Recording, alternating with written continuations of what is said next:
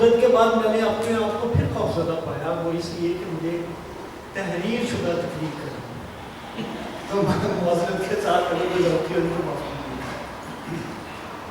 فرخندہ سے میری ملاقات ریڈیو میں ہوئی، لیکن فرخندہ سے میرا ایک اور معتبر حوالہ ہے، اور وہ حوالہ ہے دھرتی کا۔ ہم دونوں کا تعلق ایک ہی دھرتی سے ہے، اور دھرتی اقبال اور فیض کے حوالے سے بہت معتبر اور ایک خاص مقام ہے۔ یہ دھرتی علم و ادب کا گہوارہ رہی ہے اور ہے۔ اس کی فضائیں اور ہوائیں اپنے اندر وہ قوت تخلیق رکھتی ہیں جو جب انسانی قالب میں رہتی ہیں تو اقبال اور فیض کا نام۔ فرخندہ رضوی نے بھی انہی ہواؤں اور فضاؤں میں پرورش پائی ہے، اور ایک حساس طبیعت ہونے کے ناطے ان میں ذوق علم و ادب و شاعری نے اپنی ایک جگہ بنائی۔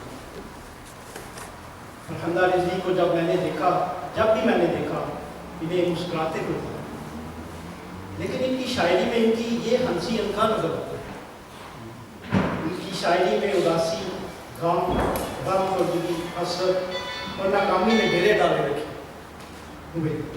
اس کا مطلب یہ نہیں کہ رجائیت بالکل ہی نہ پہنتے، جیسے گھر کے آنگن میں دعا ہے ایسا میری دنیا ہی زندگی کو۔ فرخندہ کی شاعری میں زندگی ایک دھند کے سفر کی ہے، اور یہ سفر کٹھن اور مشکل ہی نہیں بلکہ اس میں حالیہ مشکلیں اور مصیبتیں گھات میں رہتی ہیں۔ تھکن سے چور ہنکک سے لہو سے تر ہے زندگی کے سفر میں وصل و ہجر کے تجربات بھی بڑے دکھ دینے والے ہیں۔ نہ وصل میں اقرار اور نہ ہجر میں مقام۔ فرخندہ ایک مسلسل اضطراری کیفیت سے گزرا۔ میں باخبر ہوں، یہ سچائی جانتی ہوں میں کہ ہے یہ ایسی شب سحر جس کی قسمت میں کوئی سحر نہیں۔ زندگی میں محبت ایک ایسا جذبہ ہے جس سے ہر کوئی گزار ہوتا ہے۔ محبت زندگی کی روح رواں ہے، لیکن یہ عجیب بات ہے کہ اردو ادب میں محبت میں غم زیادہ اور سکھ کم ہے۔ اس کی وجہ شاید یہ ہے کہ برے صغیر پاک و ہند کی مٹی میں زندگی کو ایک گرائیں بار ہی سمجھاتے ہیں۔ ہماری شاعری اور ہمارا ادب زندگی اور محبت سے گلے شکوے سے بھرا ہے۔ محبت میں ملتی ہیں کیا کیا سزائیں، غزل میں سبونے کو کھینچا۔ اور پھر فرخندہ نے ایک جگہ تو حد ہی کر دی ہے جو وہ کہتی ہیں، محبت کی فطرت میں ہے بے وفائی، محبت سے ہے خدائی۔ محبت کی فطرت میں ہے بے وفائی، محبت سے ہے خدائی۔ یہ میرے شعر کی استعارف فرما ہے۔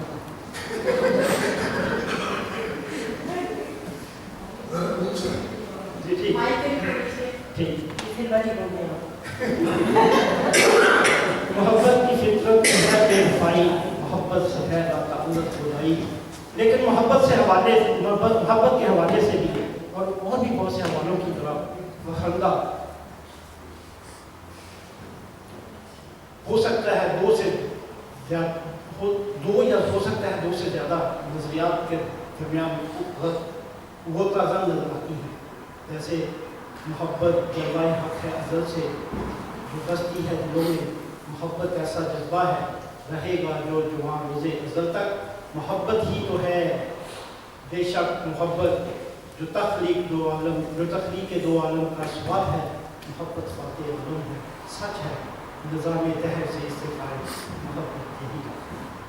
سو فرخندہ محبت کے بارے میں کافی فرخندہ کی زیر نظر کتاب زیر خندہ دراصل صرف فرخندہ کے جذبات و خیالات کا سفر ہی نہیں بلکہ پاکستانی، ہندوستانی یا اگر میں کہوں تو غلط نہ ہوگا کہ عورت کی زندگی کا سفر ہے۔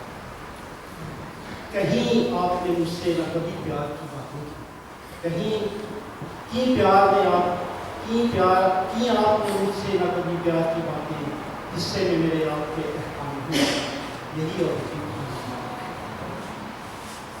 فرخندہ کو رشتوں کی پہچان ہے بہت سارے شعراء کی طرح فرخندہ نے بھی ماں جیسے مقدس رشتے کو موضوع سکون بنایا ہے، اور کیا خوب بنایا ہے۔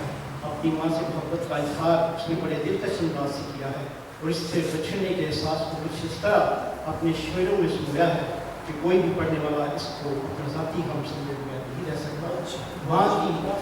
ماں کی بچوں کے لیے کیا اہمیت ہے، قرآن واضح کیجیے۔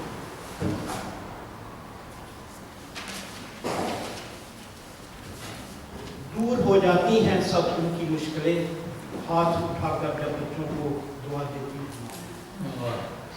مجھے ایک بات کی بہت خوشی ہے کہ فرخندہ ایک ایسے رشتے کو نہیں بھولی جو انسانی زندگی میں بہت اہمیت کا حامل ہے، لیکن اکثر شعراء نے اسے نظر انداز کیا ہے، اور یہ رشتہ ہے باپ۔ اس کے اس کردار سے ہے اس کا رتبہ، اس کا نام باپ آخر باپ ہے باپ کا اعلیٰ مقام۔ باپ کا جو دل دکھائے چہر پا نہیں سکتا، واضح ہے ذاتی، انفرادی اور عورت کے سفر سے ہٹ کر فرخندہ نے معاشرتی مسائل کو بھی اپنا موضوع بنایا ہے، اور اس دلیری اور جرت کا مظاہرہ کیا ہے کہ اس کے الفاظ، خیالات اور قوت اظہار بہت سے بڑے بڑوں کو بھی شرمندگی کی چادر اور نظر محفوظ کر دی۔ دین کے کیسے خدا جانے نگہباں ہیں یہ، نہ عیسائی نہ ہندو نہ مسلمان ہیں یہ تو قاتل ہیں، جلاد ہیں، شیطان ہیں، یہ ہیں تو انسان ہم مگر انسان ہیں، اور یہ خونخوار درندے ہیں مٹا دو ان کو، آگ میں جم دو پانی میں بہا دو ان کو، خون کے پیاسے ہیں یہ جام فنا دو ان کو، موت سے کم تو کوئی نہ سزا دو ان کو۔ میری دعا ہے کہ فرخندہ کا یہ اعلیٰ رتبی سفر اور علمی سفر کامیابی سے جاری ساری رہے، ہم اس کے دکھے اور چھوٹے خیالات سے مستفید ہو گئے۔ آخر میں فرخندہ کو مبارکباد پیش کرتا ہوں، یہ خوبصورت لبے تیرے لبے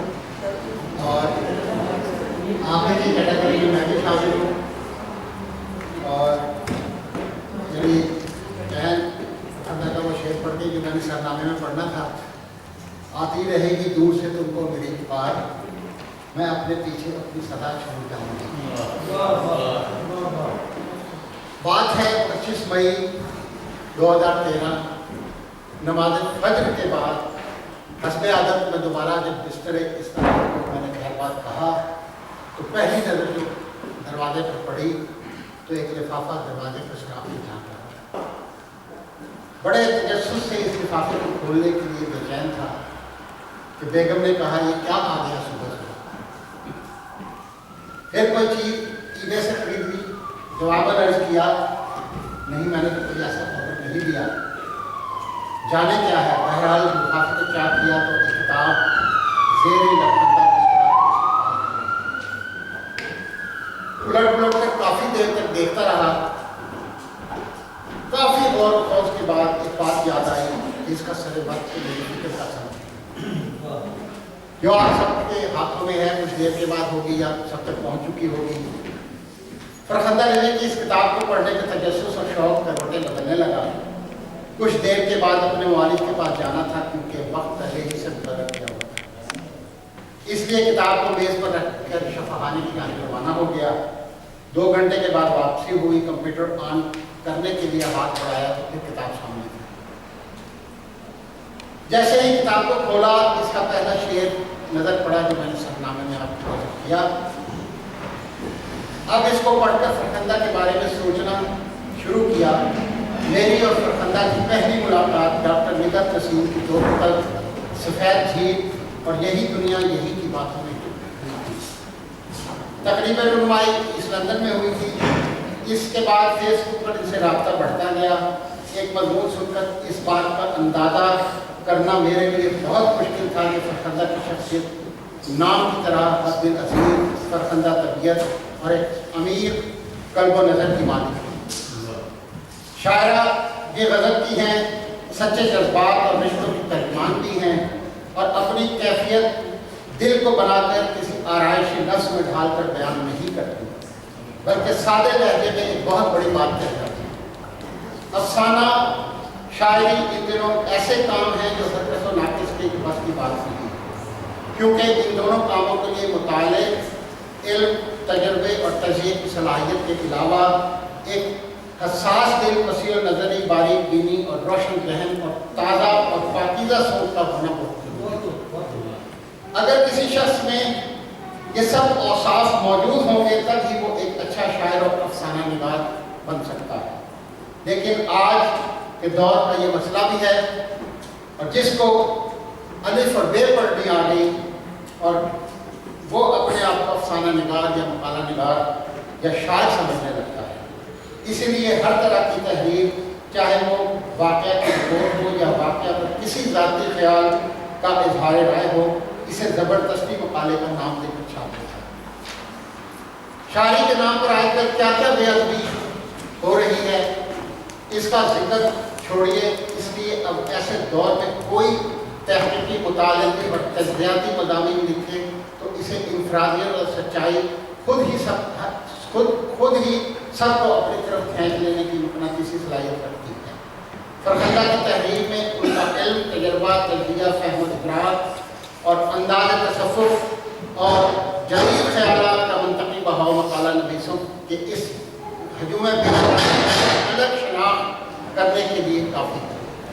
فرخندہ نے بے شمار موضوعات کو اپنے مضامین، افسانوں، نظموں اور سچی کہانیوں میں قلم بند کیا ہے، چاہے وہ عالمی سطح پر ہونے والے واقعات ہوں یا وطن عزیز میں درپیش آنے والے مسائل. کوئی موضوع ایسا نہیں جو ان کی نوک قلم کی زینت نہ بنا. وہ اور قابل تعریف بات یہ ہے کہ انہوں نے ہر موضوع کے ساتھ مکمل انصاف کیا. یہ مضامین جرائد اور اخبارات کی زینت بن چکے ہیں. وطن سے دور غیر ممالک میں رہنے والے قلمکار، مبصرین،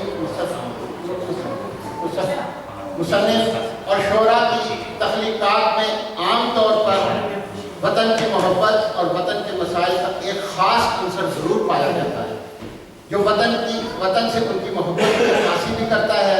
فرخندہ کی تحریر میں یہ عنصر نمایاں طور پر نظر آتا ہے اور اس کا بیان وہ کچھ اس طرح سے کرتی ہیں کہ وہ قاری کو ضرور متاثر کرتا ہے، چاہے وہ وطن میں ہو یا وطن سے دور.